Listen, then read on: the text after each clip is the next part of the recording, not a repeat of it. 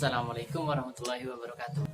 Kali ini kita akan membahas materi kimia kelas 12. Topik yang akan kita bahas yang pertama adalah sifat koligatif larutan. Sebelum kita masuk ke dalam sifat koligatif larutan, kita harus mengetahui apa itu larutan. Larutan merupakan campuran homogen yang terdiri dari zat terlarut dan pelarut. Pelarut yang digunakan adalah pelarut air murni, sedangkan zat terlarutnya adalah gula. Apabila kedua zat tersebut dicampurkan menjadi satu, kita tidak bisa membedakan yang mana gula dan yang mana air. Nah, itu yang dinamakan dengan larutan. Sejauh ini paham ya dengan larutan? Oke, sekarang kita bahas sifat koligatif larutan.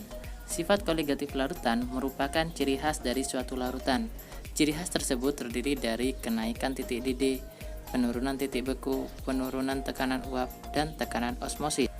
Apa itu ciri khas dari suatu larutan? Oke, kita buat animasi seperti ini.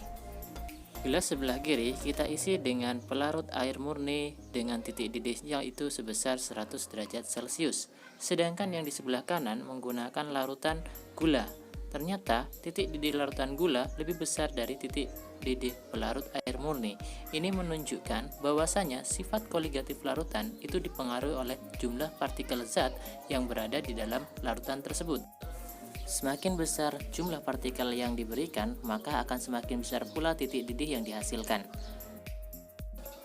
Berikut cara menghitung jumlah zat partikel larutan. Yang pertama dengan menghitung molaritas atau simbolnya adalah M besar.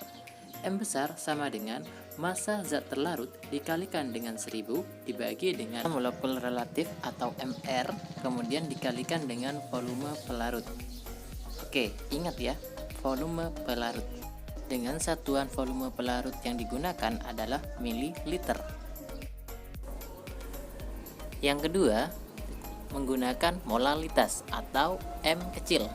M kecil sama dengan massa zat terlarut dikalikan 1000 dibagi dengan massa molekul relatif atau MR dikalikan dengan massa zat pelarut dalam satuan gram. Yang ketiga, menghitung fraksi mol. Untuk mencari fraksi mol dari pelarut menggunakan XP, sedangkan untuk mencari fraksi mol dari zat terlarut menggunakan XT.